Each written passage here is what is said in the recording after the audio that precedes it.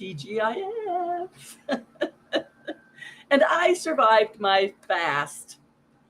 Yes, I know fasting isn't new to the whole world, but it's kind of a new thing for me. Well, that not new. I've been doing the 8-hour intermittent fasting for some years, but getting committed to fasting, and I'm doing it once a week on 36 hours. Now that is big news for me. Hey, Wendy, this is for you. I survived 36 hours. Last week I did 40 hours, and I found that by waiting that extra 4 hours after I got up, I got a little lightheaded and my eyes were a little wonky, and I thought, well, maybe it's from other things. But this time at 36 hours, I was thinking, okay, I think I will break the fast. I don't need to be a hero, whatever that would be within the world of fasting.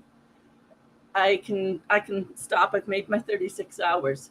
And so I started with a little bit of a light eating and then waited another half hour to have a little bit more. And so that worked much better. So what has got fasting to do with surviving my fast? And it's Friday, and what's that got to do with communication? Coach Sandra, you're all about communication in one style or another. But here's what I learned. Here's what I learned. When you're having a fast, it's giving your body a rest. I still talk to it a lot, so I probably tired it out. What are you doing down there? Hey, you okay up there? Yeah, what are you doing down there?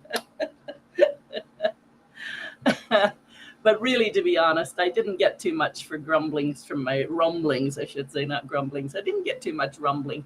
Once or twice yesterday, I thought, and then I would have a glass of ginger tea or a cold drink of water, and off it would go. And so let's go back there a little bit. Breakfast means to break the fast. I was always taught that you had to have breakfast first thing in the morning. Well, was I? Yeah, that's what I was taught, but was that what was happening? On the farm, my dad had to be out in the barn before breakfast to do the preliminary jobs. Oh, and then he came in when the rest of the family was up and Mom had breakfast cooked. So no, he did not break his fast immediately getting out of bed. He had his breakfast and he broke the fast when he came in for breakfast with the whole family. So that's why the confusion. I was the rest of the family, of course. And we got out of bed, got ourselves all ready for school or whatever was happening for the day, and had breakfast. So many people over the decades said, but Sandra, you have to have your breakfast. It's the most important meal of the day. And what I'm learning from Mariana is that, yes, it is the most important meal of the day, but you don't have to break fast at first thing out of bed. Oh, in fact, you don't even have to eat for a whole day. Oh, and she goes on. She likes the 72 hours. That's a little more than I'm going to worry about. And my other friend, Lucy, she'll fast often. And she even took on the challenge of the 40-day fast. I can't remember if she did the 40, but she definitely did 30. And I thought, oh my. So this fasting business has been fascinating. Fasting. But what's that got to do with communication? Well, let's stop and think about that, because we communicate to other people, but we also communicate with our body. Sometimes it's all that negative talk that we go, who do you think you are? And what stupid could that be? And you're not good enough, blah, blah, blah, blah. That's talking from our saboteur, self-sabotaging ourselves. But when it comes to the nutrition side of our body, how do we listen? Well, when my stomach would grumble and rumble in the past, I would go and put food in. Now I'm learning that sometimes that food that was going in was emotional. I'm feeling upset, and I know that chocolate cake would make me feel better because Mom used to make the most delicious chocolate cakes, and we could eat them just about any time of the day, and so on. So we get this thread and this story going on. And so to listen to our body is to test it a little bit and become aware of what our body acts like and speaks like.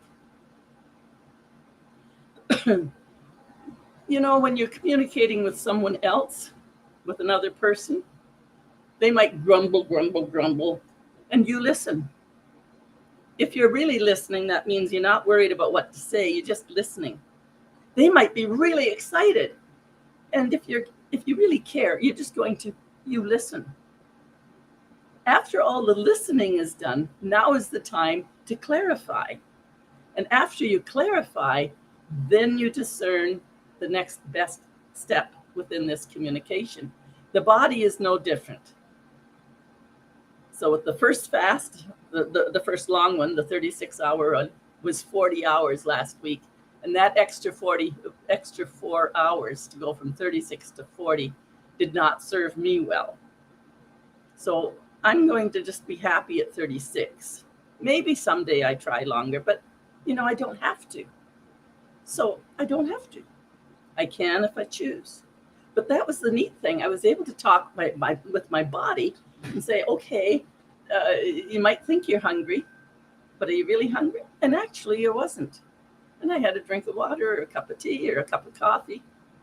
I was fine.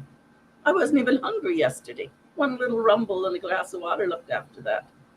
So I'm learning to listen more to my body and think about how I'm going to work together with my body. And I've got 4 pounds off. That's good. But yeah, I just wanted to talk about the fasting, and the communication that goes on is really no different than communicating with another person. Listen, they speak, you listen. When it's all clarified, you get to take turns. And when all of it is all clarified, you get to bring together your plan. You get to discern. How great would it be just to be aware and listen to your own body and try some things out? That's how you get to discern. Anyhow, it is Friday. I did survive my fast, and I'm doing it every Thursday is what my plan is.